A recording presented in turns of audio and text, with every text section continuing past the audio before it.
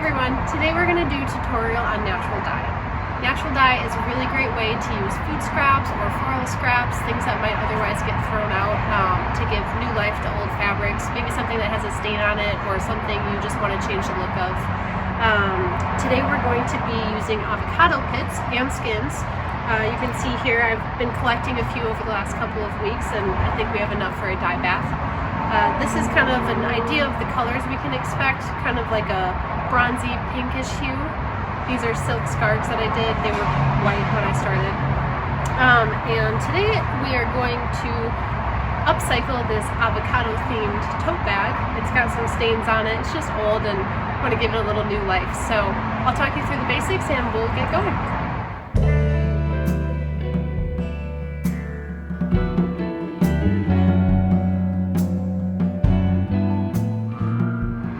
Okay, so there's not a whole lot of rules for natural dye, but there is one that's very important, and that is knowing what your fiber type is. So with natural dye, you have to have a natural material or it just won't work. So natural fibers are usually cellulose made of plants, or they are protein made of animals. The most common protein fibers are wool and silk, and the most common cellulose are cotton and linen. We're going to be working with cotton and linen today. If you want to dye with wool and silk, that's totally fine, but the protocol is a little bit different, so if you're going to do that, ask any comments in the questions and we'll make sure you're set up on the right track. Alright, so first we're going to talk about equipment. The equipment for natural dyeing is super easy to find because it's basically all kitchen utensils. The only thing is, if you're using something from the kitchen, once you use it for dyeing, you don't want to bring it back into the kitchen. You want to have a set of equipment only for dyeing. Just because we're boiling plants, they're really complicated, they have a lot of different constituents, and it's better to just be safe than sorry. So first you will need a dye pot. This is an enamel pot. You can also use stainless steel. You'll want something to stir with. I use tongs. You can also use like a plastic spoon or a stainless steel spoon. You want a heat source. I have this hot plate, but I've also used the gas stove in my kitchen. And then you'll need something to strain with. Fine mesh strainer works great. Other things that are useful to have but not necessary would be an apron, measuring spoons and a cup, and a thermometer here, and a kitchen scale. Our first step is to scour our fabric, which is just a way of saying to clean it. So fill up a pot with enough water so that your fabric can move around freely. Turn the heat up to high, and then we're going to add soap. I use a pH neutral soap called Synthrapol, but you could also use a pH neutral dish soap like 7th Generation. I also add some washing soda or soda ash. It's very easy to source. You can also make it by baking baking soda in your oven. And I just add about a half teaspoon of each. It doesn't take a whole lot. And you want to add it to the pot and let it fully dissolve. So just stir it up. It does dissolve a little bit easier in heat. And then you're ready to add your fabric. So whatever fabric you're going to dye, add it to the pot. Make sure you push it down so it's thoroughly submerged. And then you can just let the heat come up to a boil and basically just leave it there for about 45 minutes to an hour. You might want to stir it around a few times, but there's not a whole lot to it. Okay, so this has been boiling for about an hour, and I've let it cool for maybe 10-15 minutes, just cool enough to handle. So I'm just going to gently squeeze this out. Put this in a bucket of clean water. Just to do a little rinse. And then I'm going to keep it in that water because you want the fabric to stay saturated. And I'm going to dump out the dirty water just so you can see why it's so important to scour. So the water usually comes out like pretty yellow brown. It's all the oils and the dirt that's in textiles when they're being made. So scouring is super important, otherwise all of that is going to be blocking the dye from uptaking into the fiber. Okay, typically the step after scouring is to mordant your fiber.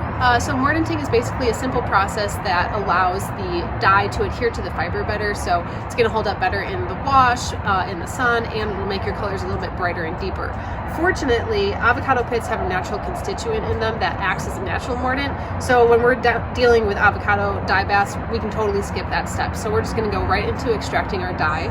And I have been saving pits and skins for a couple of weeks, and I just keep them in the freezer until I have enough for a dye bath. The only thing is you want to make sure you wash them out really, really well, because you don't want any avocado left in there, or it's going to muddy your dye bath and you're going to get more of a brown than a pink. To extract the dye, add your pits and skins to a pot of clean water. Turn the heat up to about medium-high and let it come up to just before a simmer, so anything before 180 degrees. Alright, so the dye bath has been going for about 15 minutes now. Temperature is at about like 170. You really don't want to get higher than that for avocado pits, or they might start burning and browning. So as soon as you start seeing bubbles, kill the heat for a little while, or just hold it right at that point. I've actually turned off my heat right now, and I'm just going to check and see how the color is looking. Just dip this little jar in there. You see we're starting to get a little bit of color. It's kind of orangish. Sometimes the dye bath changes depending on what kind of avocados you use, so we might get kind of an orange bath instead of a pink bath today. So just check on that every 15 minutes or so until it's looking like a rich color, and then we'll strain our dye stuff. So these pits and skins have been simmering at a low simmer for about an hour and 15 minutes. So I'm going to dip this jar back in and see what we're looking at. You can see it's much darker now. It looks like a pretty good saturated color. So I'm going to turn off the heat and strain my dye bath. And when you weren't looking, I also put in a little strip of fabric just to kind of see what color we're getting. So it's a little piece of linen. It's hard to see right now, but if you compare it to the original, you can see the color definitely has changed. So to strain the bath, just I have 2 enamel pots, but if you don't, you can just strain it into a plastic bucket and then put it back in.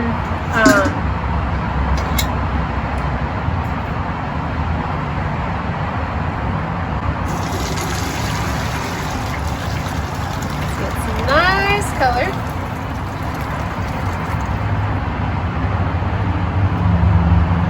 Okay, get all the little bits out.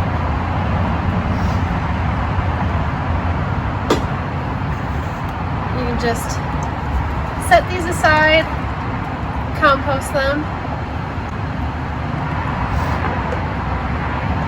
and well, I don't need to do it, but you would dump the dye back into the original pot. And the water is probably evaporated a fair amount over time, so if you want to top it off with some hot water, that is what I'm going to do. It won't dilute the dye bath because all the dye that's in there is still in there. So you just want to get it at a point where the fabric you're dyeing can move around freely.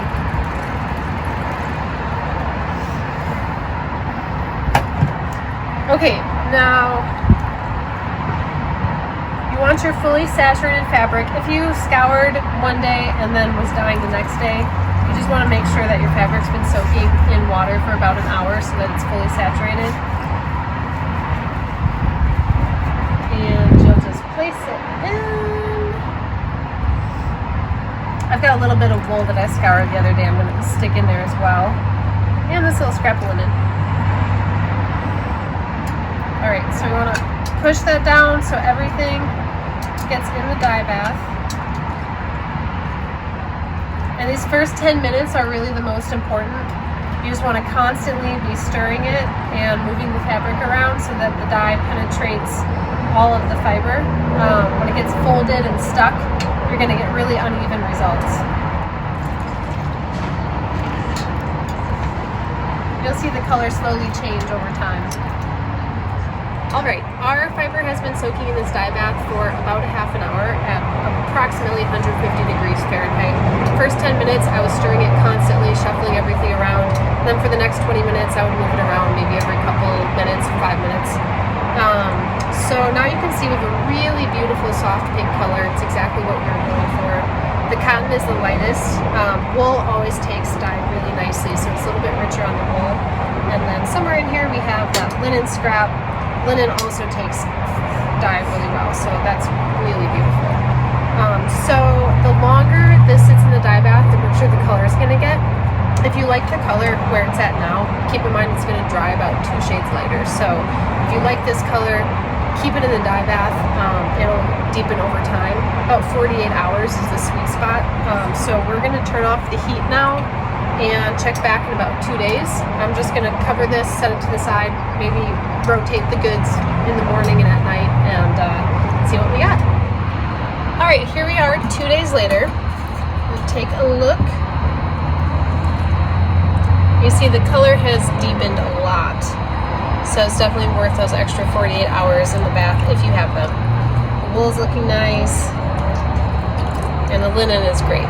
So once the color is fully saturated like this, I'll just give it a real gentle wring out,